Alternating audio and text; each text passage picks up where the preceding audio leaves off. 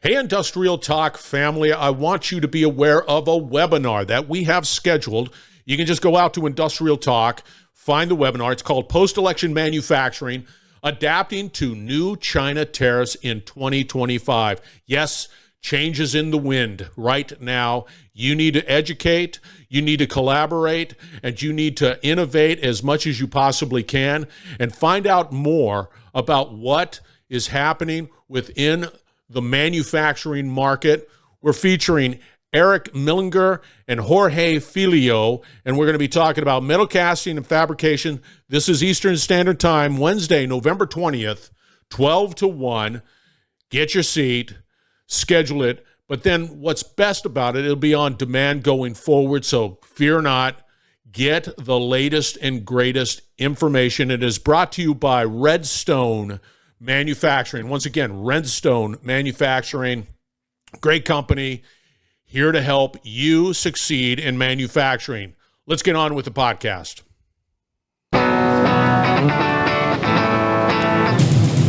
Welcome to the Industrial Talk Podcast with Scott MacKenzie. Scott is a passionate industry professional dedicated to transferring cutting-edge, industry-focused innovations and trends while highlighting the men and women who keep the world moving. So put on your hard hat, grab your work boots, and let's go. All right, once again, thank you very much for joining Industrial Talk, and thank you for your continued support of a platform that is dedicated to you industrial professionals all around the world. You are bold, you are brave, you dare greatly, you innovate, you collaborate, you solve problems. That's why you are making the world a better place, and that's why we celebrate you on this podcast. We are broadcasting here in Barcelona, Spain, which is a fantastic town. Just FYI, put that on your bucket list. And we are broadcasting from IoT Solutions World Congress. It is a collection of problem solvers. It is a combination of cybersecurity as well as IoT, digital transformation. Oh, you name it, it's here. You need to put this on your calendar for next year. In the hot seat, we have Laia. Ackcent is the company. We're going to be talking cybersecurity, so put your cybersecurity hats on. Let's get cracking.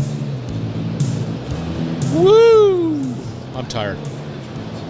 Did you have a good evening last night? I did. Are you from here? I'm from here. I'm a local. You're a local, so you just went home. Yeah, I went home with my family. Hi, I'm home. Which, it was funny. We arrived on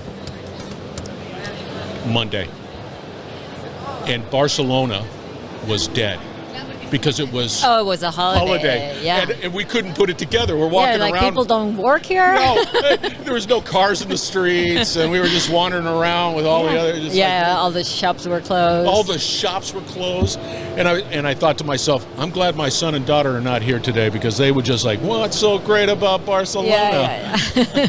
But we had a good time last night, and it doesn't disappoint by any means. No. Are you originally from Barcelona? Yes.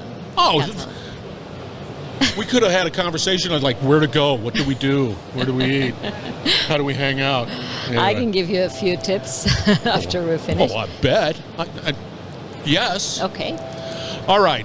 Before we get into the topic of cybersecurity and what Ackcent does, give us a little background, Laia, on who you are. So currently I'm in charge of securing the human part of cybersecurity. Don't know. We're going to talk about that then, the human part. So you want me to go back? No, just keep going. Talking about you. Talking about me. So I'm a person from Barcelona who's lived abroad, and I have a background in law, in management, and in psychology, but I switched my career into something that's very different, or at least seems totally disconnected from my academic background. It turns out it's not, because especially the human part of security has a lot to do with how people understand risks and how they change their behaviors. See, that to me is an interesting topic, just because we in industry, we in technology just talks about technology, but there's that human component associated with all technology. I think it always gets down to the human component. Exactly. How long has Ackcent been around? So we're going to be celebrating our 10th anniversary this year. And you've been with the company how long? 8 years. So you were pretty much one of the early on. I like it. I like it. So let's talk about that. Let's go down the road of the human. Explain to the listeners what you mean. What do you? Because let's put it this way: if I want to be, if I'm a manufacturer and I want to be connected, I have my devices. I'm pulling data. It's all connected. A conversation I need to have, which I don't really like having, is that cybersecurity side of that conversation. I don't like having it. I just want to pull data and I want to be able to have that.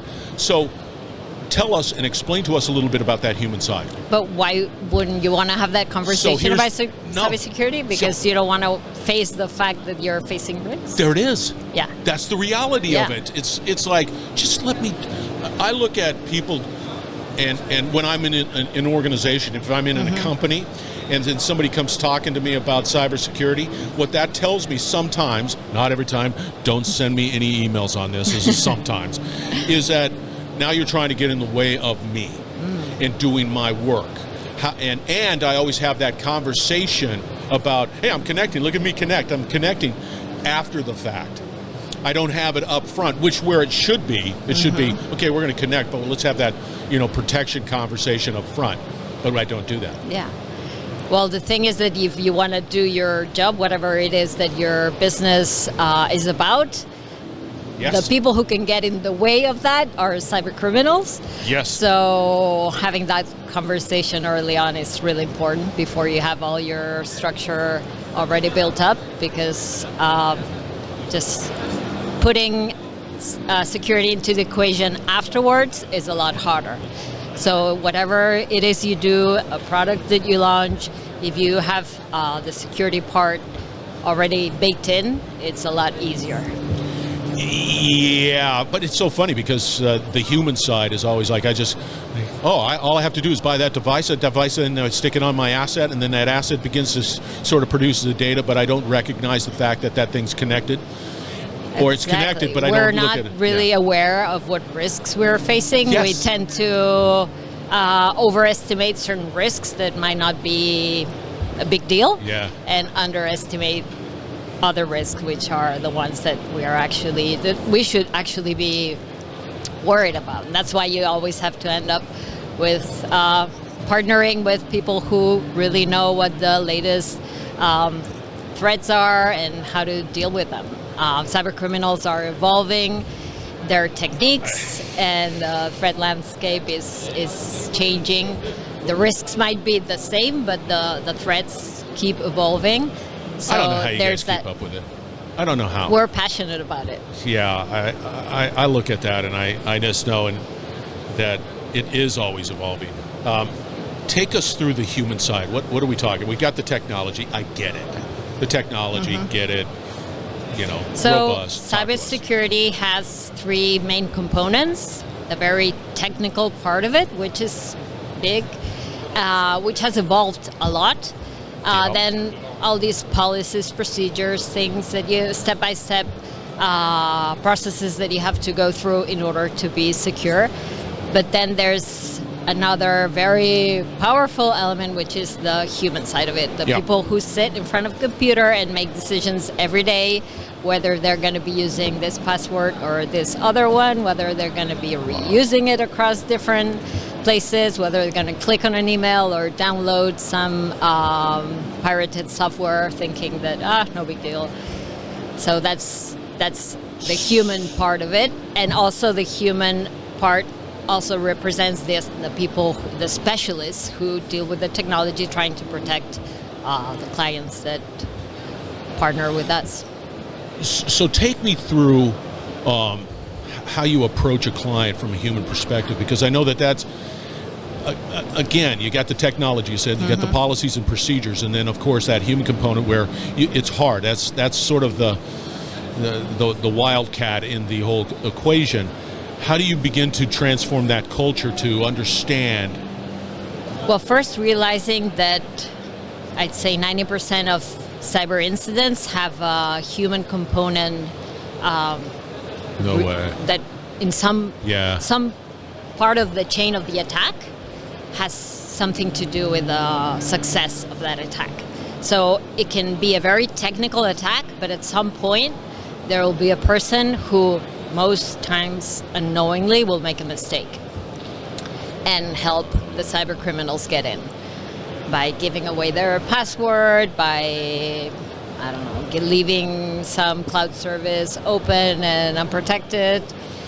So it's that human side. How do you begin to educate? What do you do? What does Ackcent do to help facilitate the fact that 90% of We should try to, I'd say, take the human out of the equation as much as we can. So whatever we can do to help people not have to be worrying about security all the time. If there's a technology so to give you an example, passwords, they're such a pain, right? Oh, amen. Who's passionate about passwords, aside from us geeks, right? People, they have these terrible habits of reusing passwords. They have just a limited memory span. So, of course, I don't fall into that position. Of course, you never reuse passwords. We're gonna have a talk about that when the mic is up. No, I'm passionate about my passwords. You are, which are 4 characters long. So changing those habits is not easy, and I'd say the first step is to be aware of why it is important. If you know that, we could maybe later check some of the latest data breaches where maybe your email is linked to a password that you're currently reusing everywhere, and that's not hard to find. You don't have to get your hands very dirty in order to find this kind of information. Yeah. So maybe it's the password you use for, I don't know, maybe some random online shopping or forum that you connected to, but you're also reusing that password somewhere else. Right. So making people aware of why we require unique passwords, why it is important for passwords not to be very simple or easy to guess, right? So starting with the why is important. But then enabling or helping people with whatever tools we can give them to make it possible for them. No one can remember 100 different passwords. So we should provide them with maybe a password manager, right? A tool to be able to store all those passwords safely. How do you deal with the influx of new people? How do you educate? This is an education component. Exactly. So how do you ensure the continuity of what you've established or what you have trained into your existing resources to new ones? Well, you have to go over again, start from the beginning, and slowly build that culture of security. Try to ingrain it within the company, just make it be part of their values, right? To care about security in their jobs. It's part of their I wouldn't say security is their responsibility, but being having an intent in educating themselves, people educating themselves and raising their hand if they have an issue or a concern or if they make a mistake, right? So it's the culture in the organization is really important because there are certain organizations that are very blamey, right? They like to point fingers at people who make mistakes. And absolutely. That's not where you foster an environment where people feel responsible saying, I just messed up, right? People will hide under the table. And then being able to know that there's an issue, a possible incident early on just has a dramatical difference in the impact. Being able to deal with that incident early on, because when we get infected, our device, let's say your computer here now, gets infected, an attacker won't have control of the whole environment in like 2 seconds, right? First, they'll establish what information you have in there, what accesses you have. They'll try to pivot. They'll try to escalate their privileges until they have enough knowledge and enough power to be able to maybe delete those backups that you have somewhere, that to turn off certain security features that you might have to get in the way of them doing their job, which is extorting you, encrypting your information or exfiltrating it. So understanding that is also important. So let's say it doesn't happen under Ackcent, but let's say somebody does have a company that does have a breach. You put in place all the education, but it just happens. What does Ackcent do with that knowledge? Is there a community? It's like, hey, here's a new threat. Here's a new way of being able to penetrate a network, whatever, and then that's learning on your part. What do we do with that? Well, there's a part of educating people, but Ackcent services go far beyond what my role is, which is this more human side of it. So we have teams dedicated to auditing your environment to see if there are any vulnerabilities that you can fix. So playing the role of the bad guy. Then we have a team, which is the blue team, dedicated to monitoring your environment to see if there are any indicators of people or attackers messing with your environment. And then if any alarms go off, they'll go and check and see if it's a false positive or not, or if they have to go in and maybe disable certain software that's running. Or is it because there are cyber companies? They're here. Don't get me wrong. Is there a collegial type of understanding that you're trying to help other companies too, saying, hey, we've identified a new threat. We think you need to be aware of it.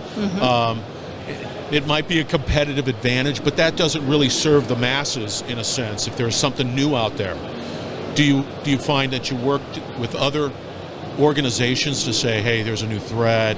Yeah, we do. You mean within our industry? Yes. Yeah, yes. We try to collaborate. The bad guys collaborate more among themselves. Wow. If we look at how the cyber criminal industry has developed and evolved in the last few years, it's incredible. We should not think of the guy, the hacker with the hoodie with pizza boxes piled up around in a dark basement. That's not it anymore. These are people who have a job like we do, and they have their incentives, and they specialize. So the way the ecosystem has evolved, everyone is specializing in whatever part of the attack they're better at. And so the entry barrier has lowered a lot. So there's people just coding that malicious code. There's people who are good at getting access at your environment, so they'll sell that access. And then there's all these affiliates that buy the code, and then these big ransomware gangs, for example, they give you all the infrastructure you might need to extort your victims. So you'll have these chat services where you can negotiate. You'll have these services to pay. How do you battle against that? That's just insane. You got to be ready. You got to be ready. So I understand it's an uncomfortable conversation, but you have to have it. You don't want to give in to the bad guys. Yeah, I just want to, like I said, I just want to curl up in the corner, and then I want to be air gapped everywhere, but then that I can't operate. So I'd say there's just doing a little bit more than the rest, we are already better off, Yeah. Just doing the hygienic foundational stuff, which is probably not the sexiest one, right? Just doing the 10 things, having backups, having them properly tested and stored, updating your systems, having an alert system that will just... Like there's sort of what you're saying is there's at least a baseline of just saying, hey, if you do this, your percentages sort of an attack, of a penetration, of a problem is decreased dramatically. Then there's that point where you could go overboard, and it's like, is there really any benefit associated with that when I'm just already hearing it's pretty sound? The thing is, it's just like with protecting your home, yeah? You got to be ready to try to avoid anyone from getting in, but also because you want to still have windows, which of course are more vulnerable than a wall. Yeah. And because you want to be, you have to have capacities to be able to detect maybe an alarm if someone comes in, and then be able to respond because the alarm goes off and nothing happens. Yeah. So it's not a matter of if this happens, but if you're ready for when it happens. And I'm not trying to scare you. I'm not. Why are you making me? No, I'm not. I don't want to make your day miserable. No, I think the reality is that you have to have this conversation. You just have to have a conversation. What is it? What can it hurt? Just be ready. And then, what is also important is finding those trusted individuals to help you along on that journey is pretty important. Exactly. How do people get a hold of you, Laia? So our website is Ackcent, ACKCENT.com. Or are you out on LinkedIn? Find us on LinkedIn also, Laia Garcia Padro. Yeah, you're good out there on LinkedIn? Yeah, I'm not very active because I'm busy. I'm still going to put your LinkedIn link out there. All right, listeners. It was fun. Yeah, her name is Laia, and she's amazing. You're going to have this conversation around cybersecurity, whether you like it or not. If you want to be digitally connected, you're going to have that conversation. And it is a major human component. Just do it. Please do it. We want you to succeed. We don't want you to get injured in any way. All right. We're going to wrap it up on the other side. Stay tuned. We will be right back. You're listening to the Industrial Talk Podcast Network.